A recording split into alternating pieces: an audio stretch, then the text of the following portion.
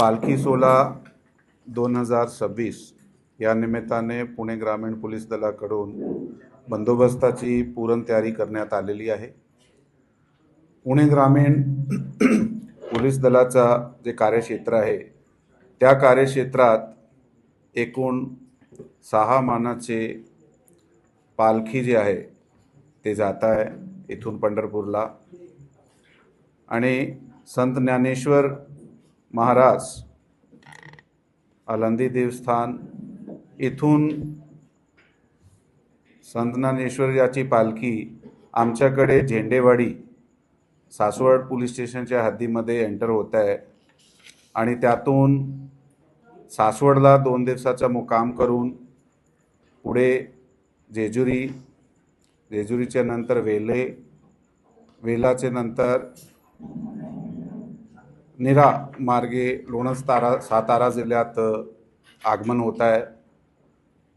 असा हे साधारण 55 किलोमीटरचा प्रवास जे आहे पुणे ग्रामीण पोलीस दलाचे कार्यक्षेत्रातून होत आहे। तसेच संत तुकाराम महाराज ह्या पालखीचा आगमन पुणे ग्रामीण पोलीस दलाचा कार्यक्षेत्र जे आहे त्याच्यात कुंजीरवाडी उर्ली कांचन पोलीस स्टेशनच्या हद्दीमध्ये होत आहे। त्याचे नंतर यवत, वरवंड, उंडवडी, बारामती, सणसर, इंदापूर आणि सराटी आणि पुढे अकलूज ला सोलापूर जिल्ह्यात जे आहे ते पालखी सोहळा जात आहे पंढरपूर जाण्यासाठी।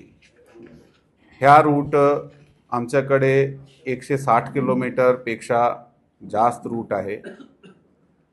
ह्या दोघे पालखी सोहळ्यासाठी जे बंदोबस्त आहे ते नेमण्यात आलेला आहे।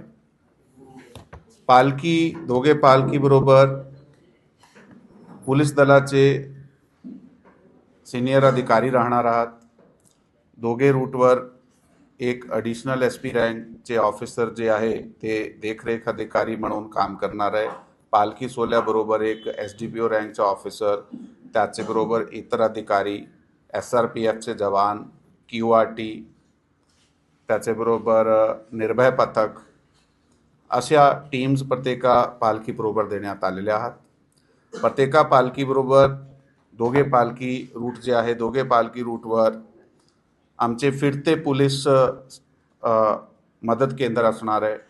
याच्यात अधिकारी, तपासी अंमलदार सुद्धा राहणार आहे, कारण काही वेळी मिसिंगची कंप्लेंट, काही चोरीची कंप्लेंट